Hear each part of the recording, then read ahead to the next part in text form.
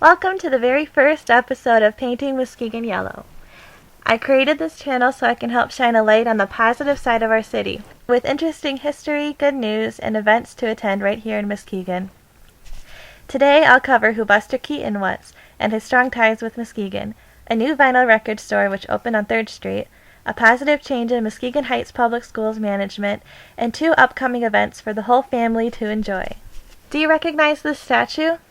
It stands downtown in front of the Fronthal Center for Performing Arts. The man in the statue is Buster Keaton, one of the first filmmakers of all time. He was born Joseph Frank Keaton in 1895 into a family of vaudeville performers and started performing with them in an act called The Three Keatons when he was only 3 years old. He led a life of slapstick comedy and filmmaking, working with the famous Fatty Arbuckle, and even appeared with Charlie Chaplin in the 1952 film Limelight. He is known for his stone face in all of his films, which somehow worked perfectly with his comedic physical stunts. It is thought that Keaton got his nickname Buster from escape artist Harry Houdini when he was only a baby, because of an accidental trip down a flight of stairs with no bruises or fear. This is in fact just a story, and we don't know for sure if this was true, as he was known for exaggerating stories for the newspapers, such as, "The 3 Keatons were almost killed today by a train," or "Buster Keaton almost kidnapped today." After a performance at the Lake Michigan Park Theater when Buster Keaton was young, his parents found a property for sale by the lakeshore in the Bluffton area here in Muskegon and made the purchase. After the family moved in, a community of film actors formed around them, leading business into the city in the summer months, when it was too hot for many vaudeville performers to act. The Keaton family loved the home and visiting the lake, and Muskegon became home to over 200 film actors at that time. There is a festival for admirers of Keaton and his films at the Fronthal Center and Muskegon Museum of Art every year in October, where people from all over the country come to celebrate the life and watch the films of Buster Keaton. Maybe we'll see you there next year. Not too far from the Fronthal is Third Coast Vinyl, a brand new record shop now in business on 3rd Street. They have only been open for a couple of weeks, but have been very successful so far.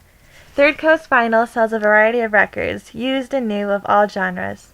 They also carry audio cassettes, t-shirts, posters, buttons, magazines, receivers, speakers, tape decks, turntables, vinyl art, jewelry, photography, and more. If that wasn't enough, part of the mission statement is, "If we don't have what you're looking for, we will get it." The shop is owned by Paul Pretzer, who told MLive, "It's been a little busier than I thought it would be. The first week was beyond what I could have ever hoped. People have been so gracious. I can't tell you how many people have thanked me for doing this up here." He chose 3rd Street as the location of the store because he wants to be part of something that is growing, and he sees potential, as many of us do, in this small business area that holds an Asian market, tattoo shop, gym, curry restaurant, and now a vinyl shop. Next, we have great news for Muskegon Heights School District. Back in 2012, the district had to declare a financial crisis because of a $12 million deficit.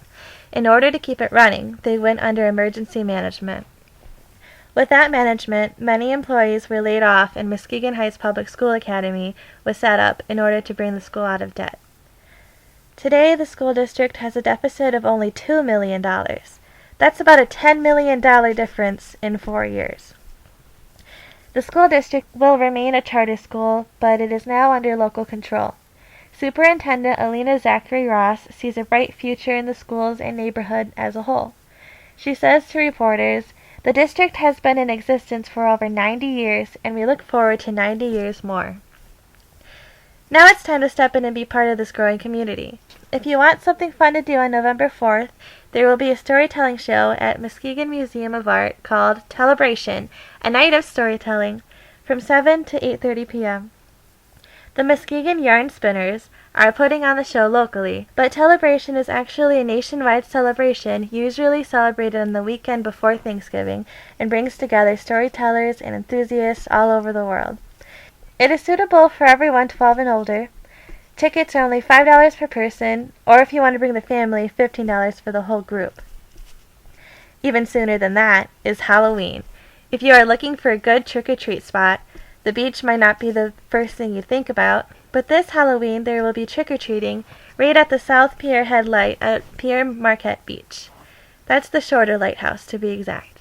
You'll be able to climb up the tower for $4, or if you're 11 and under, the admission is only $2. And of course, trick-or-treating is absolutely free. So there you have it. Muskegon was a beloved home for celebrity actors almost a century ago. A new vinyl shop is up and running, strong on 3rd Street. Muskegon Heights Public Schools has recovered from a financial rut. There's an annual storytelling event coming up. And we can trick-or-treat at the beach this year. Thank you so much for watching my very first Painting Muskegon Yellow video. If you want to see what this grows into, go ahead and subscribe to this channel, share this video, and check out the Twitter and Facebook page. If you want to learn more about anything I mentioned today, all of my sources are linked in the description of this video. That's pretty much it. All I have is one question for you to answer in the comment section below.